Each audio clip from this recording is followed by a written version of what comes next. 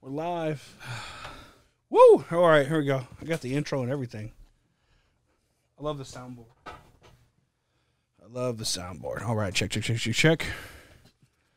you hear yourself, Mikey? Check. No problem. Can you hear yourself? Yeah. Awesome. Here we go.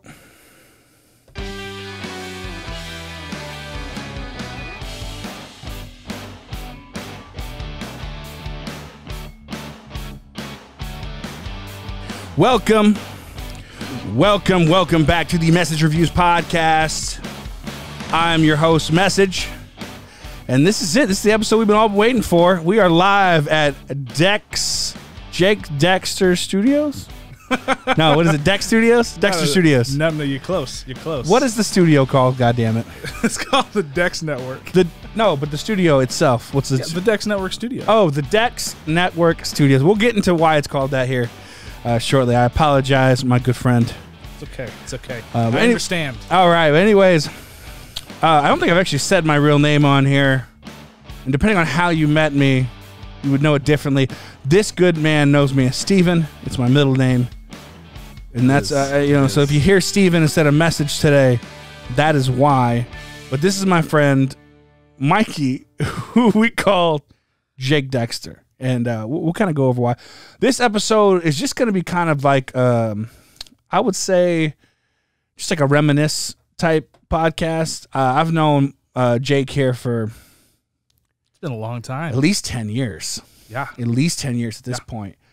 So I'll talk about how we met and what I used to do for him. Because I kind of used to work for him a little bit, but like not really. I paid what I could. Hey, look, at the end of the day, I was learning too. So I met Mikey 10 years ago, probably around this time in the summer, through my brother. It's been a long time since I've been called Mikey. Oh, yeah, I know. It's great, though. Oh, I know. So I met him about 10 years ago in College Station. My brother, Daniel Gonzalez, was a pretty big musician in College Station, I would say. Yeah. He was. I mean, he was down in Bryan, but in the Bryan College Station scene, he was killing it. He was doing phenomenal. He was really growing his bass, and it was going quick. And his show. I love Daniel's show. Dude, they were phenomenal. So good. It's crazy because like the only bad thing is he even mentioned himself is he knew he eventually was going to have to leave regardless because there's a cap. Yeah. When you're in the Bryan College Station area. Yeah. You know, if you're in somewhere like Austin, there's not as big of a cap just because so many people come to Austin to listen to music. Yeah. It's not the same. But he knew eventually he was going to have to leave, and now he just kind of does his own thing. Yeah. What's crazy is when I met him, I was getting a soul group together, and I went to open mic because I was scouting to try and find background singers, and I found Daniel. Daniel was playing acoustic in this bar, Poets. No one there. It was like Daniel and like one or two other people, and like the bartender. And Daniel played, and I was like, that dude is awesome. That was like his freshman year, wasn't it? Yeah, it was his freshman year. Yeah, and I went up to him, and I was like, and I just introduced myself, and got him to sing backup for that soul group, Larynx Music. Oh, Larynx! I remember Larynx. Oh, I remember, dude. This is old time ago. That was a long time ago. That was like an 11-person group. There were 3 background singers. Daniel was the only guy. It was crazy. And then we got him into Bryan's studio to go track his first record. And it's been a while. It's been a long while. Yeah. So. Again, like I said, I met Jake Dexter here about 10 years ago through my brother, and I did not realize how big my brother was until I visited him on his 21st birthday. Mm-hmm. So I remember you were there, and we went downtown. So my brother, very good person, sticks to his morals. He did not drink until he was 21 at all. So he'd be going to shows, he'd be playing shows, and when he's 20, he was starting to get pretty big when he was 20. And, heck, people would ask him, you want to drink? You want to drink? No, I'll take a vodka water, hold the vodka. That'd be his joke, right? Yeah. And so he didn't drink till he was 21. And I came down there for his 21st birthday, and every place we went into, every single place, he didn't pay for nothing. I mean, Grant, you're not supposed to pay anything for your 21st birthday, but everybody knew who he was. And I talked to him later. He told me for 3 months he didn't pay for a drink downtown. Man, That's crazy. I believe it though. I believe it too. Like he knew everybody. We walked into any bar, so many people walked up to him. Yeah, knew who he was. He was. He would play, all the bars in downtown Bryan, and just establish these relationships. And like, I mean, it came to the point where we'd be out, on campus, and like I would see like a little flyer or something, or someone I would randomly hear. What's that one song he had? Ghost of the Girl I Once Knew. Oh, yeah. Real quick. Turn that just a hair because you kicked it just a little bit. Oh, shit. Just towards me. Turn it a little bit more. There you go. Perfect. I love how you, like, that's how good you are with these cameras. You know exactly from the seats where they're supposed to be. And if you haven't seen my TikTok, you need to check it out. This place is incredible. There's 3 Sony, is it A1000s? It's A6400. A64, my bad. Way better. 3 Sony A6400s, 4K quality. There's one right here. There's one right here. There's one right there. My phone's in the background just in case we can't get the video up in time, which I think we will. Not a big deal. You got lights all over the place. I mean, you got the Shure mics, the SMB7s or SM7Bs. And there's the llama painting in the corner. Oh, yeah. You got the llama paintings. It's classic. It's a classic. So I'm just very excited to be here. Like, I know we already talked. Next time I come into town, we'll make sure we set this up properly. Yeah. But like I said, so I've known. Let me tell you how I met Mikey, or not tell you how I met him. How we like really became friends. I would say because like I knew of Mikey. Mikey was in my brother's band. I did play keys. He played keys. Daniel. Oh, and like I remember y'all played at South by. No, not that one in Dallas. Oh yeah. And at what bar was that? What club was that? It was a club off of Main Street. In Deep Ellum. Curtain Club. At Curtain Club. Oh, that was so fun. And I remember listening to y'all. It was Coffee and Cigars. Yes. Probably my favorite song. Yeah. It was in the intro of my last podcast. Probably one of... And the problem is you can't get it anymore. So he gave it away for free. I think it's on SoundCloud. I think you can find it. Yeah, it's somewhere. But it's not on Spotify anymore. No. But it's an incredible song. Yeah. And I remember you played keys and you'd have like your organ. Yeah. And like, it was fucking beautiful, man. Like I remember like it was just like, I remember videoing y'all on my phone at the time. And I posted that to YouTube, or had him post it to YouTube. So you probably can find it if you look for it hard enough. Yeah. And Daniel, he just always sounded the same whether he was recording or live. It's incredible. Like I think he got, granted, like I said, so we've been musicians forever, or had some sort of musical background. Like I think I started playing violin when I was 10. He started playing piano when he was 8. We had a band when I was growing up. I was 16. I started a band. Couldn't find a drummer, and my brother had drums when he was like 10. And when you're young and you're just not really paying attention, all you hear is noise in the background. But I remember he was 12 years old, walks out to me, Mikey. He goes, can I audition? I'm like, and me think I'm 16, it's my 12-year-old little brother. I'm like, I don't know if that's a great idea, but okay. Yeah. So I start playing some Blink-182 song, whatever. And he knew the whole thing. Yeah. And I was just like, he's 12 years old, and you already know how to play the drums? Like, when did this happen? Like, it just kind of happened, and before you knew it, he picked up guitar. I remember he wrote his first song, and he played it at one of the Battle of the Bands we did at downtown. Like, we played this one Battle of the Bands. It was huge. It was like so many bands, 2 days. I think Epitaph Records was a part of it. This is like 19 or 20 or something like that. He had his first song in it, and he sang live, and it was like, I knew when, because he was like 16 still, 17. I knew when he wrote his first song and sang it while we were on that stage. I had a feeling like he's just special when it comes to music.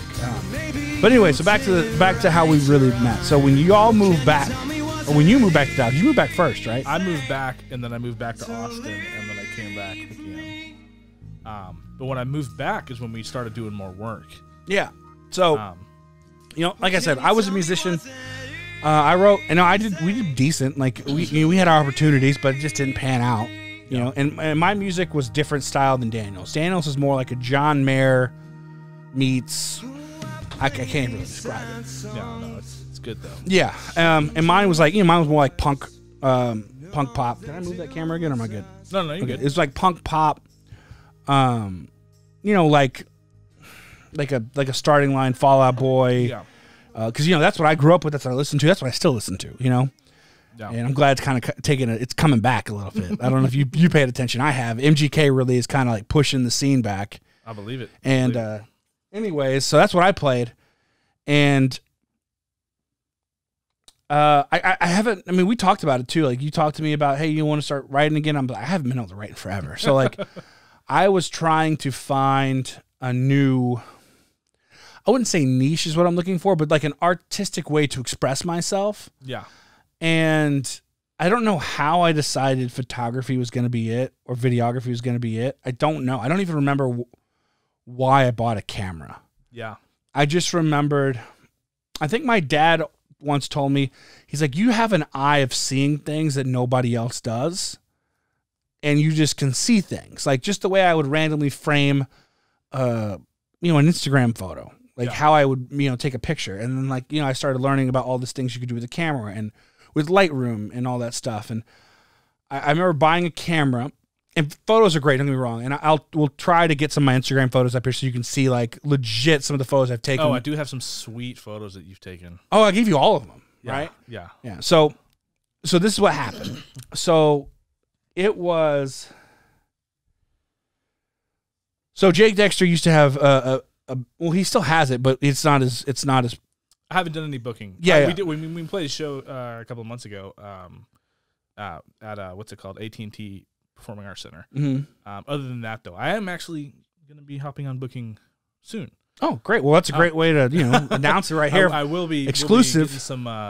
Getting on the books soon. So good. That's the goal. But yeah, we had just started doing the big full band thing. Yeah. So Jake Dexter and the Main Street Sound and saxophone.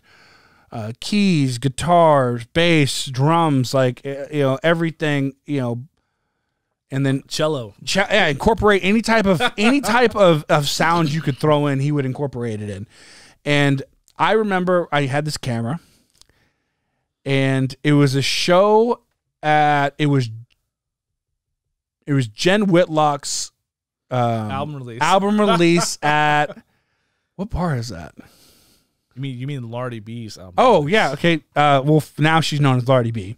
Yeah. Because she does parodies, and she's killing it right now. Yeah, power to her. Killing it. But back before she was Lardy B, and she was just doing her own music. Yeah. No parodies. She had an album release party at what's that club downtown, dude? Like, you remember, I haven't been here in a long time. It's blinking on me. So it's blinking on me too. Right here. We're gonna put the name of the club. Right here's the name of the club. So I remember I was like, hey, you know what got me into? I just figured it out. David Dobrik, his vlogs got me into wanting to shoot because I watched him. Then I watched Casey Neistat. Then I started watching all these vloggers, and I'm like, I could do that. I could film things, like not necessarily me, but I can film things. So I remember I got with you. I'm like, hey, Mikey, can I shoot some of your show? Yeah. And they're like, because I even shot, I think, one of Jen's songs that night, or RDB's songs that night too. Yeah, we backed her up. Yeah. I was like, you mind if I take some photos? And she's like, heck yeah, man, come along. I'll make sure you don't have to pay for a ticket.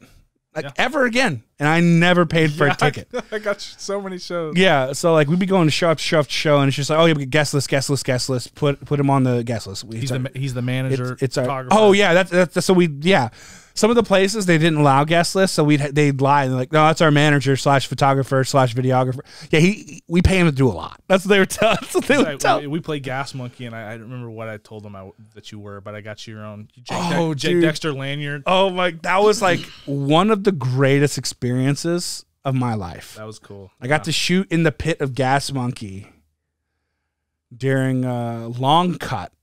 That's the band, Long Cut. Y'all opened for Long Cut. Dude, so much fun. We were supposed to be direct support for the Lax. Yeah. And then sound check happened, and they moved us to underneath. Yeah. I kind of got screwed. We're not going to get into that. Yeah. But anyways. So I traveled with y'all, like, all over the place. We went to Austin. We went to College Station. Didn't we go to Louisiana? I think you did. I think you did. Yeah, like For some reason I thought you went to Nashville with us, but I don't think I couldn't go to Nashville. That's right. I went to Louisiana with y'all. Yeah. So I would just like it was fun. He just tagged me along. It's like I just tag along with my camera, and it was a blast. I mean, y'all landed me some business too, which is nice. Yeah. And no, it was a good time. I filmed a lot, took a lot of photos. Yeah. A lot of photos. Yeah. And speaking of, I've got like folders upon folders of content I've never released, of music, videos, and photos that you've taken that are phenomenal, that I've got set up, ready to release. That you never did. No, they'll be happening soon. I've got a whole folder of things that are going to be coming out. A lot of it that you've taken, so that'll be cool. My favorite thing I think I shot, like, don't get me wrong, shooting the pit at Gas Monkey was awesome, but my favorite thing I shot was when I helped that one guy make y'all's music video, and I got to shoot a behind the scenes of the music video. Oh yeah, yeah. That was a fun time, dude. That was a great like party too. Like, it wasn't just a music video. Let's get realistic. That and what's some of the other? Oh, dude, Jake Fest. Yeah, Dex Fest. Dex Fest. Oh my dude, Dex Fest. Like, if y'all didn't like, this was the party. Yeah. So, you know what? I'll let you talk about Dex. You tell them what Dex Fest was. I got a little too drunk at Dex Fest. So Dex Fest was whenever I first moved to Dallas, I was having trouble getting shows. I don't know why. I think it's just because the majority of my fan base is from Chicago and New York. That's where I advertised everything to when I first started pushing my own stuff. Okay, because everyone thinks you're from Chicago. Well, that's just where I had it based. Oh, yeah. That's where I had the fan base set out, and that's where I did the most of the promotion. So, like, 75% of all the fans I had are from the Chicago area up to New York. Not a bad place to have fans, though. No, it's not. But when I moved to Dallas, I was having trouble getting booked.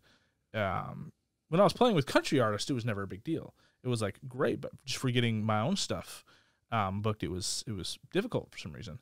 And so after striking out to a number of different contacts, I was like, you know what? I'm not going to play this game. I'm just going to make my own show. And so we built a stage. We actually did this 2 years in a row. We didn't do the third one. We were going to be doing it this last year, but COVID. Yeah. And so basically what it was is I set up this festival where we build a stage every year, and I bring in, I think the last time it was 12 different bands that I'd either toured with or worked with. It started at noon, so yeah, 12 sounds about right. Yeah, and I had a sound guy and everything, and I videoed most of it. Yeah, you did. Yeah. Until I couldn't video it anymore. Oh yeah, that was crazy. And we had like a beer pong tournament where everyone could come. You could enter in the beer pong tournament, and I had custom medals made for Dex Fest Beer Pong Champion, and then second place got Beer Pong Losers. And the same thing, we had a 2-on-2 basketball tournament.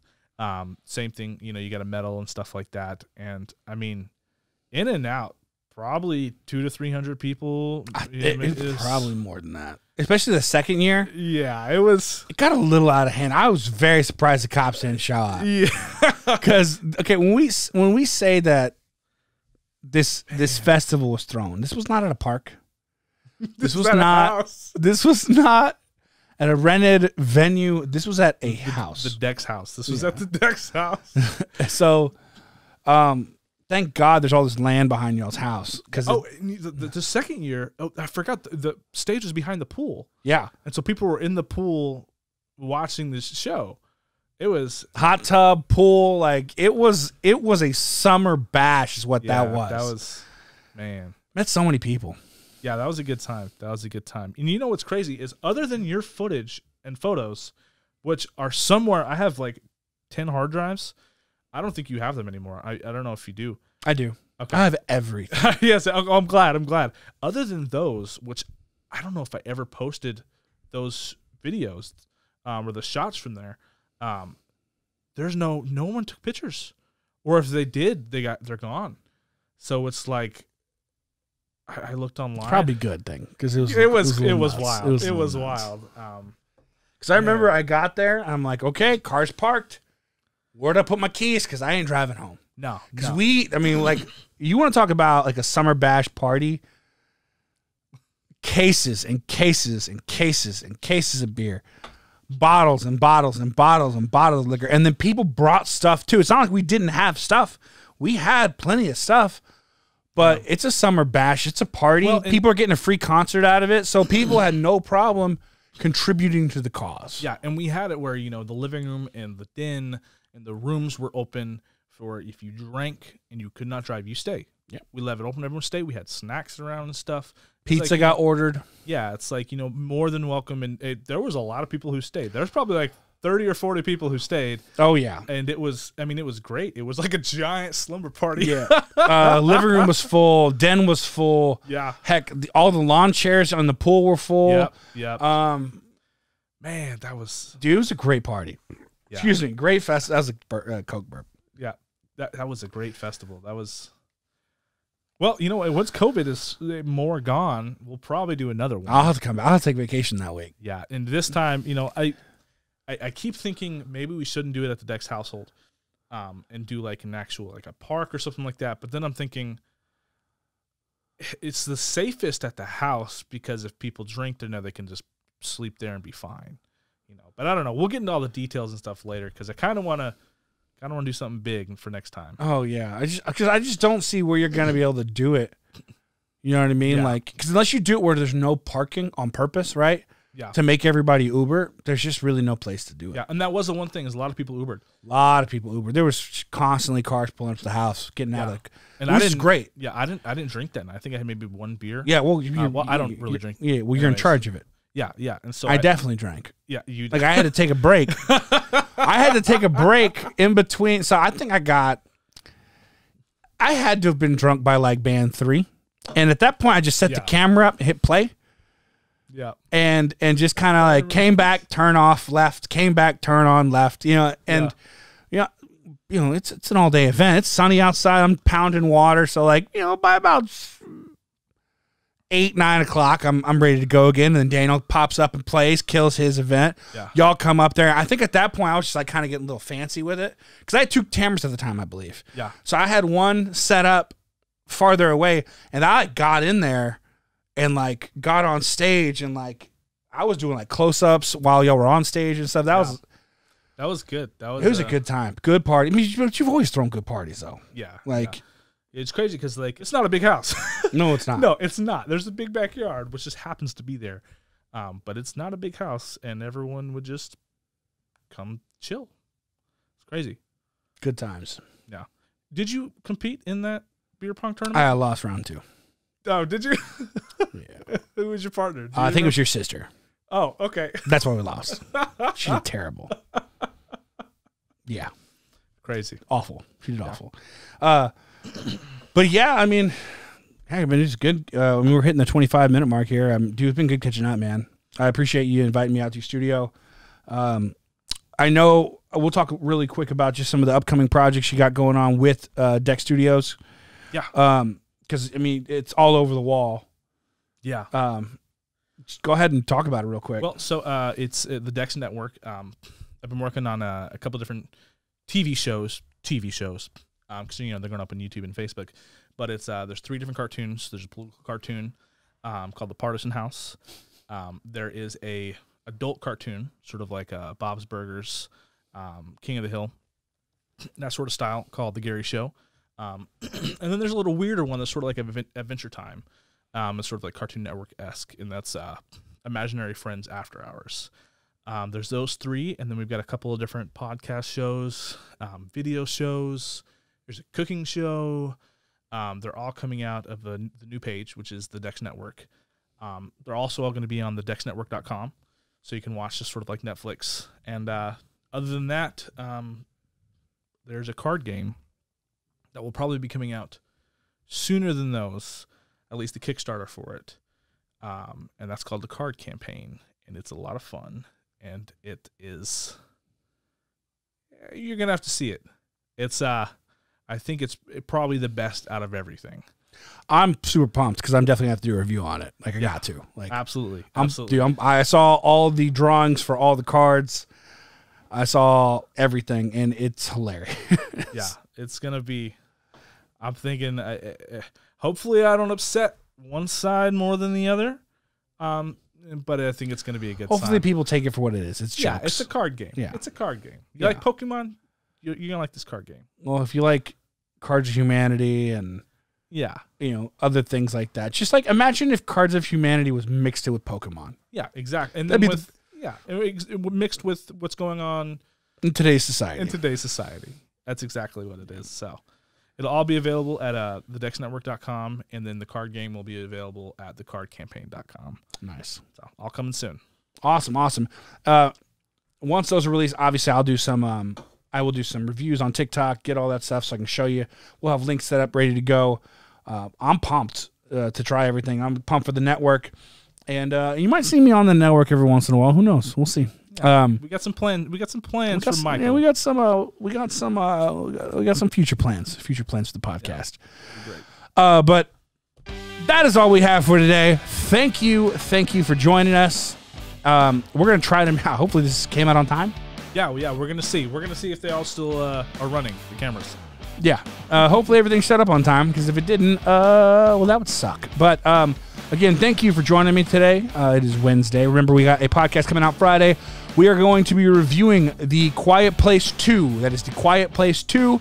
It comes out Friday, but I got tickets all ready to go see it Thursday night. If you haven't seen the first one, I did go see it. It is it's pretty suspenseful. I liked it. It was a good movie. If you like those type of movies, suspenseful, scary movie styles, go watch it. And then, like I said, the second one comes out on Friday. We'll do a review on that. And then we got future, we're going to do a podcast here in the next month. I think everyone's going to be excited for.